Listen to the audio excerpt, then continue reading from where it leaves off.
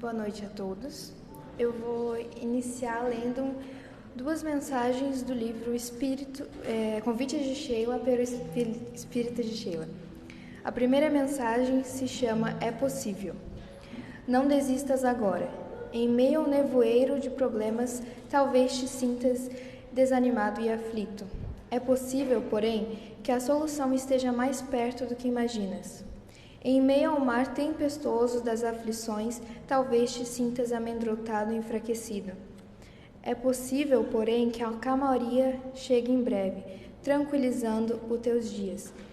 Em meio à noite escura das decepções e dores, talvez te sintas desorientado e perdido. É possível, porém, que o sol triunfe logo mais, iluminando a tua existência. Compreensível o pranto que brota da dor. Não cultives, todavia, o tóxico do ressentimento.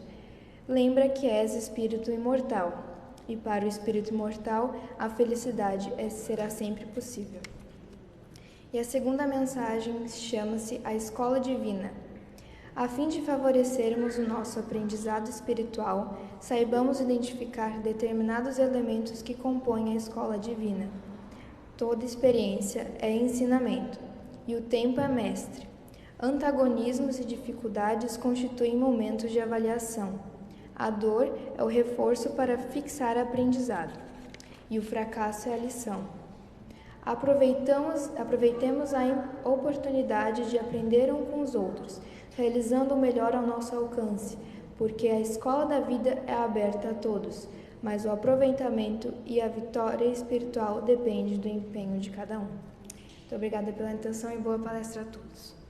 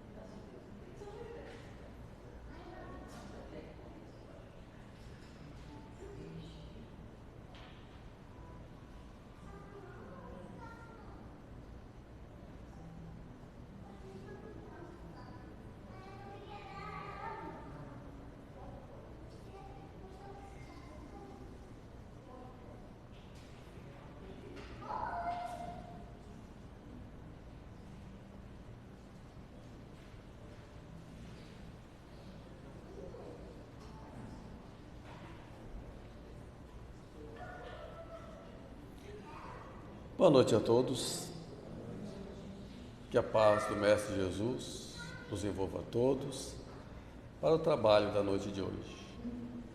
Vamos fazer uma prece para entrarmos em sintonia com o alto, com os espíritos amigos, começar a sentir a paz, a harmonia, a luz, os fluidos desse ambiente, tão carinhosamente preparados por nossos amigos que aqui chegaram bem antes de nós, amando o nosso Pai Maior, a título de amor, de caridade, de boa vontade, de bom ânimo.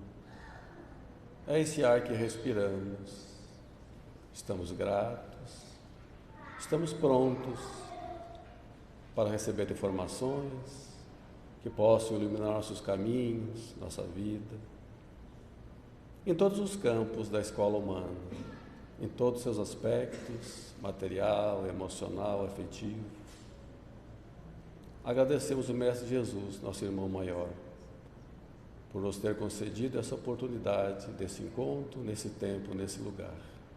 Que Jesus nos abençoe a todos. Então, para a mensagem de hoje, a nossa amiga Saluá, lá do Centro Espírita Jesus de Nazaré. Então, fica à vontade.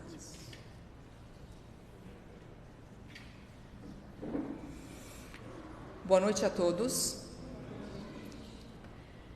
Que o poder da palavra dita nesta noite possa ser absorvida por todos aqui presentes e que a gente vá tentando pô-las em prática no nosso dia a dia. Muito obrigada à diretoria da casa pelo convite. E nós vamos falar sobre um assunto que até eu digo que é meio que uma pretensão falar, que são quais são os atributos, quais são as qualidades, quais são as características de Deus. Mas será que a gente pode compreender a natureza íntima de Deus? É claro que o Kardec fez essa pergunta para os espíritos, está lá na questão 10 do Livro dos Espíritos. Ele pergunta: pode o homem compreender a natureza íntima de Deus? No que os imortais respondem com um impositivo: não. Porque nos falta o sentido. Nós somos providos de visão, audição, olfato, paladar e tato. E Emmanuel, o mentor de Chico Xavier, nos diz que Deus colocou um limite ao conhecimento humano. Emmanuel nos diz que Deus colocou um limite nos nossos órgãos de percepção. Então, esse limite dos nossos 5 sentidos é divino, é providencial, é o limite do encarnado. Logo, nós somos seres limitados, tentando entender o absoluto. Mas será que a gente, mesmo com a limitação dos nossos 5 sentidos, será que a gente consegue ter uma ideia, uma noção das qualidades, das perfeições de Deus? De algumas, sim, dizem os imortais. E eles completam dizendo que à medida que nos elevamos acima da matéria, compreendemos Deus melhor. À medida que nos elevamos acima da matéria, compreendemos Deus melhor. E elevar-se acima da matéria é despreender-se de velhos hábitos. Elevar-se acima da matéria é quando a gente vai se despreendendo de velhas tendências que estão enraizadas em nós e que a gente vai trazendo de encarnações passadas. Então é essa matéria que obscurece o nosso espírito. É a raiva, o ódio, o desejo de vingança, a inveja, a vaidade, o orgulho. É dessa matéria que a gente precisa se despreender e seguir trabalhando na construção contínua da nossa melhoria moral. E olha, esse esforço, ele vale muito a pena, porque esse esforço da gente se despreendendo desses sentimentos que vão atravancando a nossa evolução, eles vão abrindo a nossa capacidade para compreender Deus melhor, para compreender, porque para ver a Deus nitidamente, para vê-lo 100%, e para compreendê-lo 100% é preciso atingir a perfeição. E para atingir a perfeição é facinho, tá? Basta a gente amar o nosso inimigo, basta a gente fazer o bem àquele que nos odeia, e basta orar pelos que nos perseguem. Não é fácil, não é fácil. Mas foi o que Jesus deixou dito. Esse é o único meio da gente atingir a perfeição. Sendo assim, só os espíritos superiores veem e compreendem a Deus, porque já aprenderam a amar, porque já se elevaram acima da matéria. Nós, os espíritos inferiores, a gente sente Deus, a gente adivinha Deus, mas está tudo bem. Mesmo que a gente não tenha os recursos necessários para penetrar na natureza íntima de Deus, basta a gente reconhecer que Ele existe. Por ora, basta isso. Basta reconhecer que Ele é a base do edifício da criação. Tudo existe a partir dEle. Ele é a causa primária de todas as coisas. Enfim, Ele é o ponto de partida de tudo que existe. Quando a gente estava no colégio, lá no segundo grau, sei lá, a aula de química física, a gente ouvia muito uma frase assim: todo efeito tem uma causa. A doutrina espírita melhorou essa frase, dizendo que todo efeito inteligente tem uma causa inteligente. Então, assim, quando eu olho para o universo, as galáxias, os planetas, o coração de todo mundo que está batendo aqui, ninguém está fazendo força para o coração bater, é natural. Um ser humano que está ali se desenvolvendo no útero da mãe, de onde se originou essa harmonia perfeita? Será que isso é obra do acaso? Não. O acaso não existe, nos diz a doutrina. Tudo é produto, tudo é efeito de uma causa inteligente. E a essa causa damos o nome de Deus. Ele é a inteligência máxima, a inteligência suprema. E esse é um dos atributos de Deus, porque nós, por muito que a gente seja inteligente, a gente não consegue reproduzir a natureza na sua perfeição. Quando a gente contempla o céu, a imensidão do mar, quem já não viu uma organização de uma colmeia? A gente consegue reproduzir isso? Não. Existe um maestro que está ali, regendo tudo. Então a natureza é a consequência. Uma inteligência superior é a causa. Essa inteligência superior é Deus se mostrando através das suas obras. Então, mesmo que a gente não esteja vendo a Deus com os nossos olhos físicos, a gente se depara com a presença dele através das suas obras. Mas vamos dar uma complicada? A gente não pode confundir a criação com o Criador. Porque por mais sábia que seja a natureza, ela é uma manifestação de Deus. Ela não é Deus. Então, através da natureza, eu avalio quem criou. Lembra que eu disse? Nós sentimos Deus, nós adivinhamos Deus. Lembra? Não consigo ver porque Deus é imaterial, não tem matéria. Não é uma pessoa, mas também não é um espírito. Ele é diferente de tudo que chamamos de matéria. Ele não tem uma forma detectada pelos nossos 5 sentidos.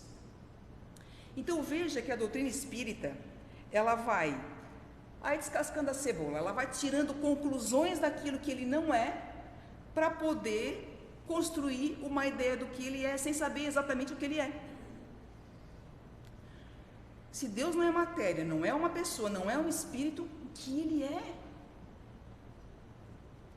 Deus é uma força, e é essa força que anima todas as coisas.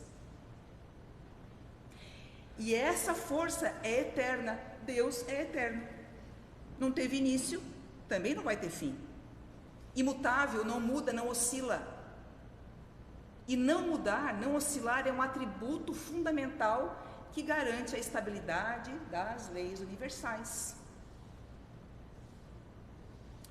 Deus é infinitamente perfeito. Ele é perfeito na máxima potência que nós podemos imaginar. O espírito mais perfeito que já esteve na Terra foi Jesus. Mas como Deus, não há. Ele é único. Porque todas as suas perfeições são infinitas. Perfeição no mais alto grau que nós podemos conceber. Ele é onipotente, pode tudo. O mais alto grau que a gente consegue imaginar, com os nossos 5 sentidos. Deus é soberanamente justo e bom. Como que pode ser soberanamente justo e bom ao mesmo tempo? Quer ver? A reencarnação é fruto da justiça e da bondade de Deus. Da bondade por quê? Porque é um cartão reencarnacionista de crédito com chances ilimitadas para a gente ir reparando os nossos equívocos, né? A gente volta aqui quantas vezes forem necessárias para que a gente vá reparando os nossos equívocos, que a gente vai adquirindo e acumulando de existências anteriores. Deus é bom e justo, porque tudo bem a gente se equivocar. Quem é que não se equivoca? Quem é que não erra? Só que, se eu me equivoquei em existências pretéritas, eu adquiri um débito junto às leis de causa e efeito. Esse débito precisa ser sanado. Então, quando eu reencarno, eu passo pelas provas, a gente passa pelas expiações que vão nos ajudar a construir, que vão nos ajudar, que vão contribuir para que a gente se reforme intimamente.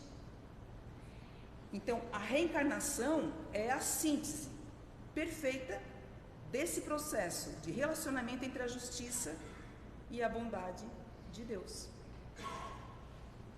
A literatura espírita nos afirma que qualquer religião, qualquer filosofia, qualquer crença que se confronte com qualquer um desses atributos é fake news.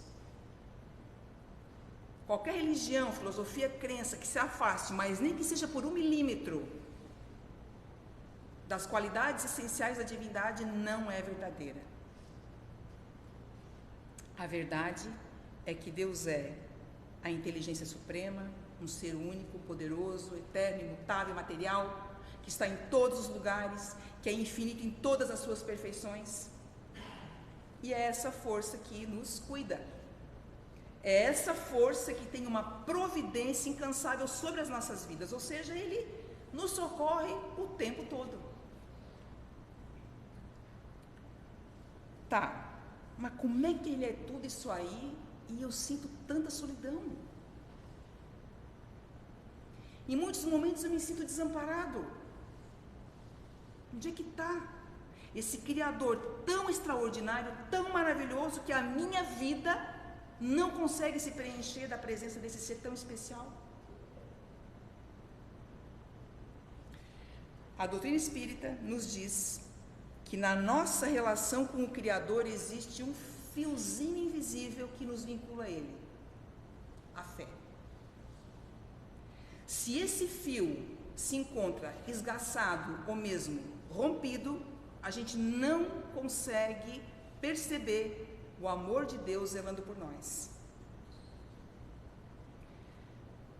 Olha que frase forte de Joana de Ângeles. Ela afirma que de todas as provas que um ser humano pode passar na vida, a mais amarga de todas as provas que o ser humano pode passar na vida é perder a fé e prosseguir vivendo.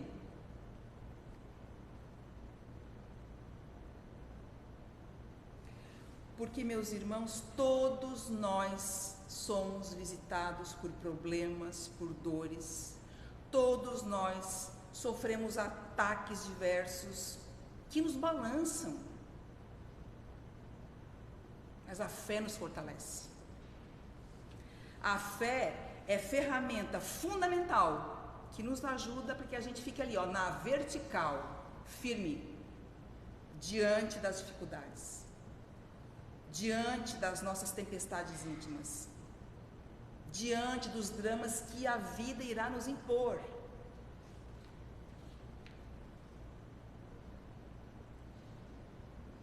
A gente ouve muito no meio espírita que hoje nós somos a nossa melhor versão, e é verdade.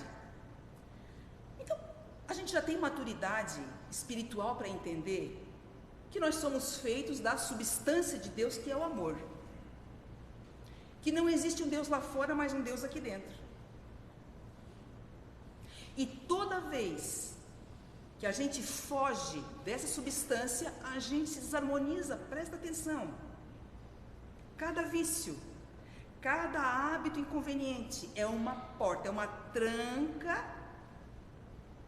que trava a porta, impedindo que a inspiração superior chegue aos nossos corações. Mas como nunca estamos perdidos para Deus, se esse fio que te conecta ao Criador está rasgado, está rompido, dá para recuperar. Ora e presta atenção. Emmanuel, o mentor do Chico Xavier, ele deixou uma mensagem intitulada Oração e Atenção. Diz ele, Emmanuel: oraste? Pediste? Tu orou, tu pediu? Então relaxa.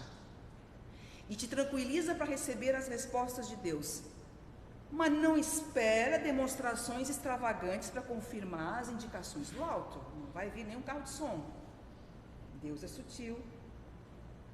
Ele continua: assim como o sol não precisa descer no campo para aquecer uma planta que pede calor, porque os seus raios são suficientes, Deus conta com muitos mensageiros para cumprir os planos dele. Então, ora e pede, depois presta atenção. Algo virá. Por intermédio de alguém ou de alguma coisa, trazendo informações ou aviso daquilo que tu pediu. Quantas vezes já não aconteceu isso conosco?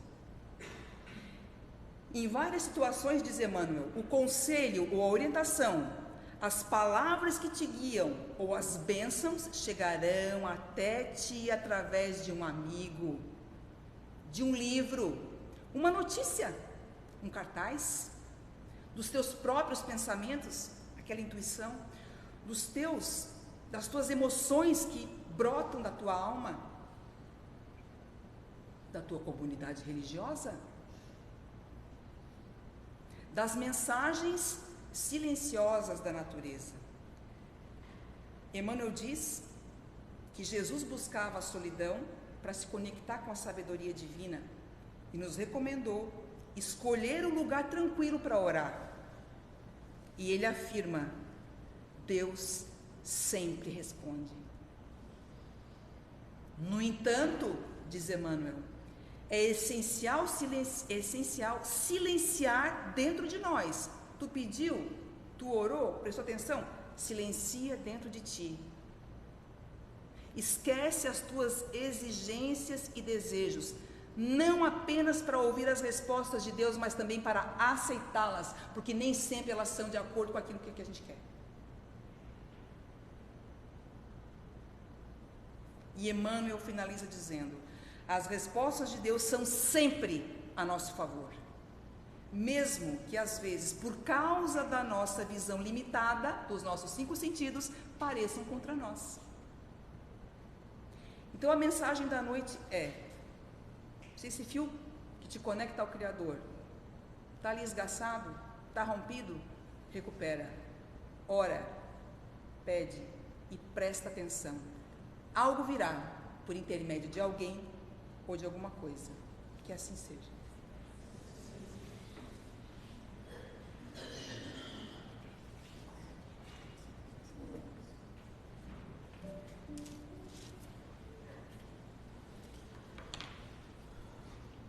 Muito obrigado, Sala, pelas palavras, pela orientação, pela tua boa vontade em vir de Siderópolis até nós para trazer essa mensagem na noite de hoje. Então, estamos aqui reunidos através da piedade, da bondade, de nosso Pai Maior,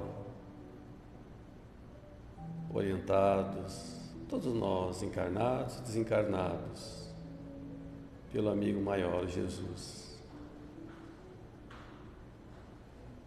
Nós estamos bem, nós estamos em paz, respiramos essa atmosfera, nos enche de alegria, de boa vontade.